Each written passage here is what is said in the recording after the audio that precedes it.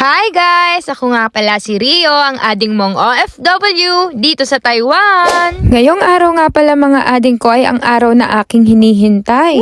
Sa 5 araw na puro pagtatrabaho, sino ba naman ang hindi mapapasana all? Thank you Lord! Dahil nga bilang isang OFW, ito talaga ang pinaka-hinihintay ng lahat, ang rest day. I feel bored mga ading ko, kaya naman for the vlog na naman tayo for today. Medyo matagal na rin ang mga panahon na nakapag-voice over tayo for the vlog dahil ang daming basher.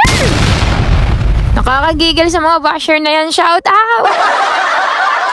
At ito na nga, hindi pa kumakain ng ading mo kaya dumiretso muna ako dito sa Family Mart. Pag talaga mga ading ko, dito ako sa Family Mart bumibili ng pagkain ko. Hirap na hirap akong mamili kung ano ba talaga yung bibilin ko. Dahil sa dami ng nakikita kong masarap, hindi ko alam, parang gusto kong kainin lahat. Uy, wag lahat.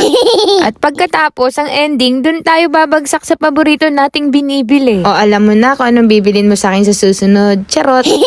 At pumunta nga pala ako sa park malapit dito sa aming dormitory. At dito ko na rin naman naisipang kainin yung binili ko sa Family Mart. At kung nagda-diet ka, ading, bagay sa'yo yung mga ganitong pagkain, sakto lang. Gutom pa ako pero okay na to.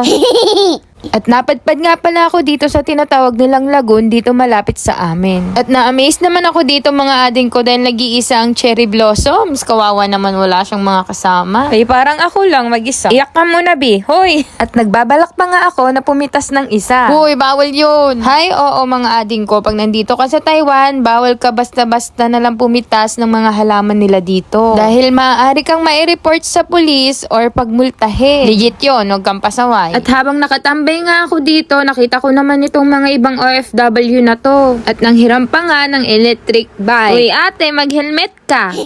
Ang sabi nila, naglakad-lakad lang daw sila para hanapin yung lagoon na to, kaso nagganda ligaw-ligaw naman daw sila. Ang sarap din ng makakita ng kabayan, no? May libreng pa burger. Okay na to, kasi bitin pa ako sa kinain ko eh. At mukhang gutom na gutom sila sa pagkakaligaw. O yan ang ading mo, taas ng energy. May pa-exercise yarn for the vlog. Tapos maya-maya may napansin ako ron. Ang cute niya, mag-isa lang din siya. Uwi ko kaya yan sa dorm, tapos sa tuwing ko, tinola.